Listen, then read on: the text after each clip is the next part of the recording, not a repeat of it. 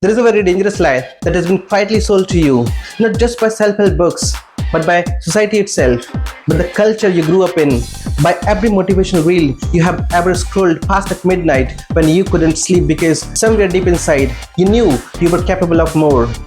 And that lies this, that if you want to change your life, you need to make big, bold, dramatic changes. Quit everything, reinvent yourself overnight, wake up at 4 in the morning, run 10 kilometers, meditate for an hour, read a book a week, journal, cold shower, green juice, hustle until your hands shake and your eyes burn.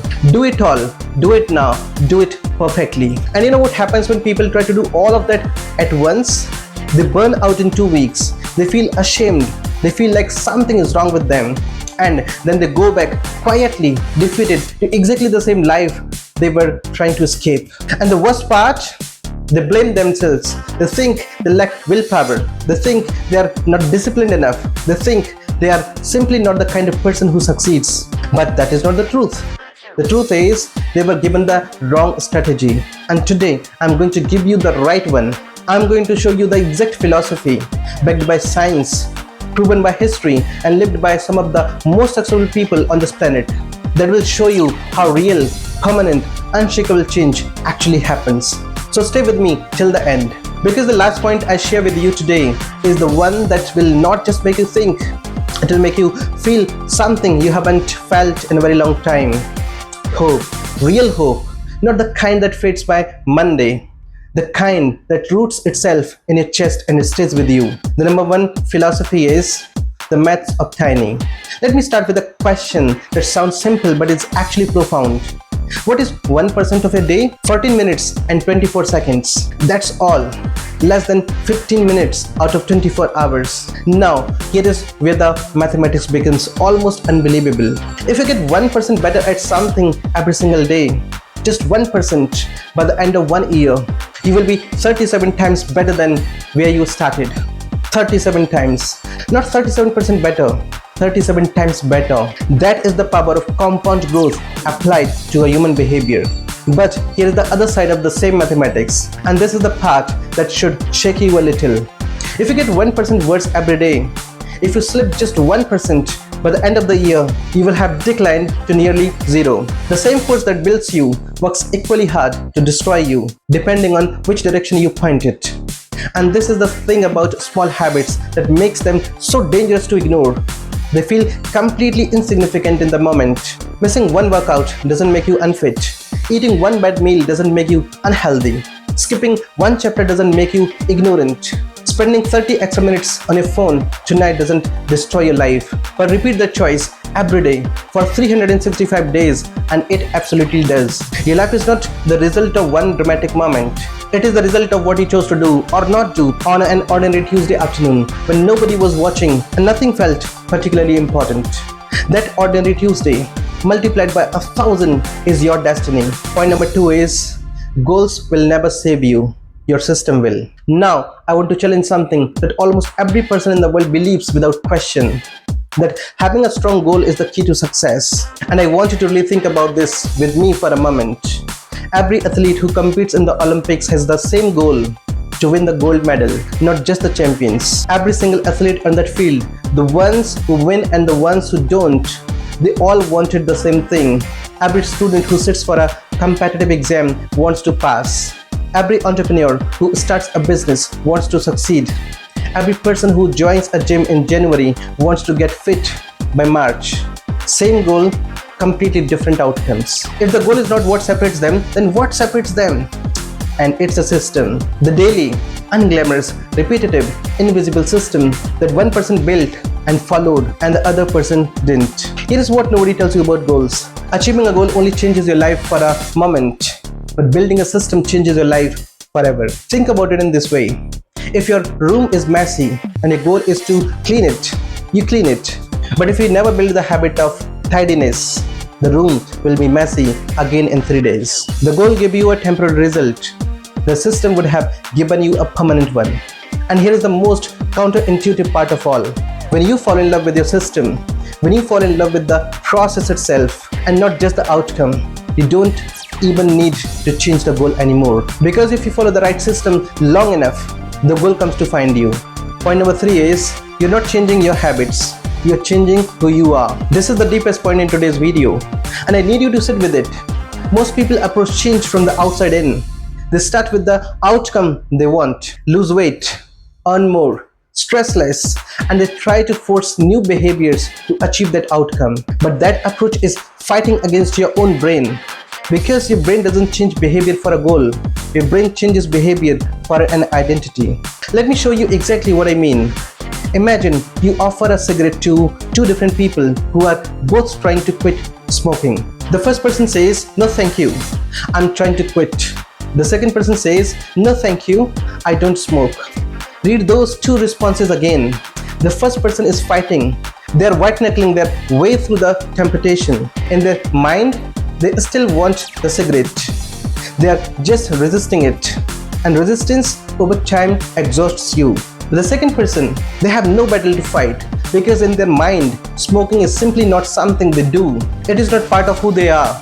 The temptation barely registers. Same cigarette, same situation, completely different inner worlds. That is the difference between outcome-based change and identity-based change. And the way you build a new identity is not by making one giant decision.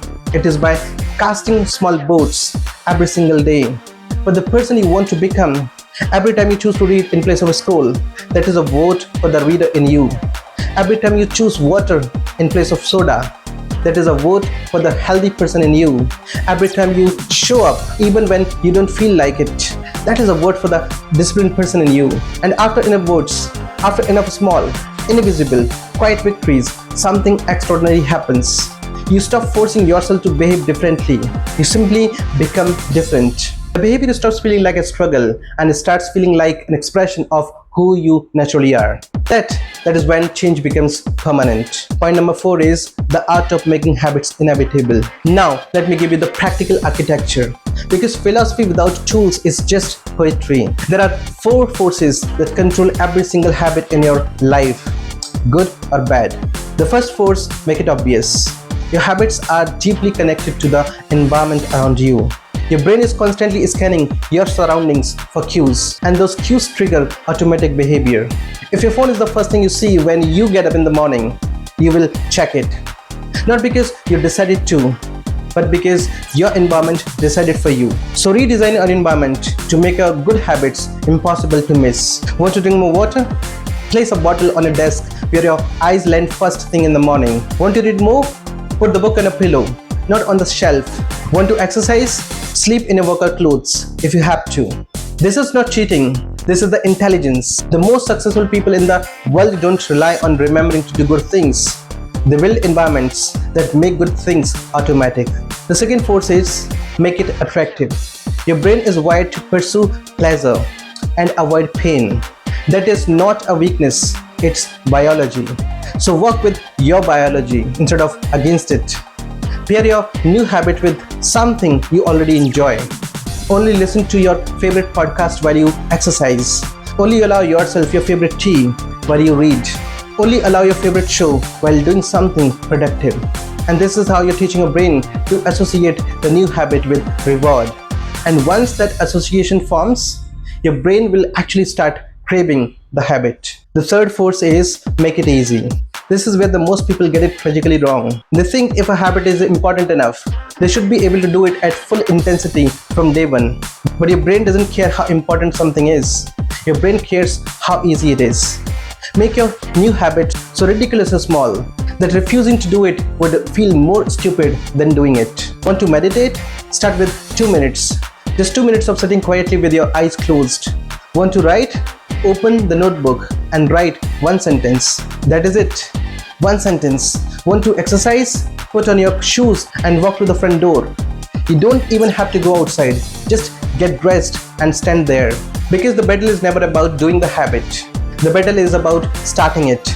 And once you start, the momentum carries you further than you planned. 2 minutes become 20. 1 sentence becomes a page. Standing at the door becomes a 30-minute walk. But none of that happens without the first 2 minutes. The fourth force is make it satisfying. The human brain is wired to repeat whatever feels rewarding and avoid whatever feels punishing. But here's the problem with most good habits. the reward comes much later. You exercise today, but you don't look fit for months. You save money today, but you don't feel wealthy for years. You study today, but you don't see the results until the exams. The cost is immediate, the reward is delayed. So you need to create an immediate reward. Something small and meaningful that you give yourself the moment the habit is complete. Mark an X on a calendar. Write one line in a journal. I showed up today. Allow yourself a quiet moment of genuine pride. These small immediate rewards train your brain to associate the habit with pleasure. And that association is what keeps you coming back tomorrow. Point number 5 is the valley of disappointment and bamboo truth. And now the last point, the one I promised you. You start, you're consistent, you show up every single day, and then a week passes but nothing changes. 2 weeks, nothing changes. 1 month, you look the same, you feel the same, your bank account looks the same, your relationships feel the same, and your mind, which is always looking for reasons to protect you from pain, starts whispering, this is not working. Maybe you're not cut out for this. Maybe this is not for the people like you. Maybe you should just accept where you are and stop pretending. And most people at exactly the same point, at exactly the same moment, listen to that voice. They stop, they quit, they walk away from the very thing that was about to change everything. But let me tell you about the bamboo tree. When you plant a bamboo seed and water it, nothing appears above the ground for the first year. You water it every day, nothing. Second year, you water every single day, still nothing visible above the ground. Third year, the same. Fourth year, the same. 4 full years of showing up.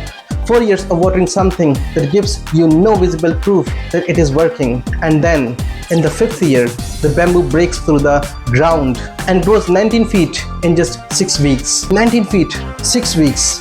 Now let me ask you, was the bamboo growing during those 4 silent years? Absolutely. Every single day, it was building the most complex root system the earth has ever seen. A root system strong enough and deep enough to support 19 feet of rapid growth. It was just doing it where nobody could see. Your habits are exactly the same. Every time you showed up and saw no results, you were not wasting your time. You were building your root system. You were laying the foundation. You were creating the infrastructure of the person you are becoming now.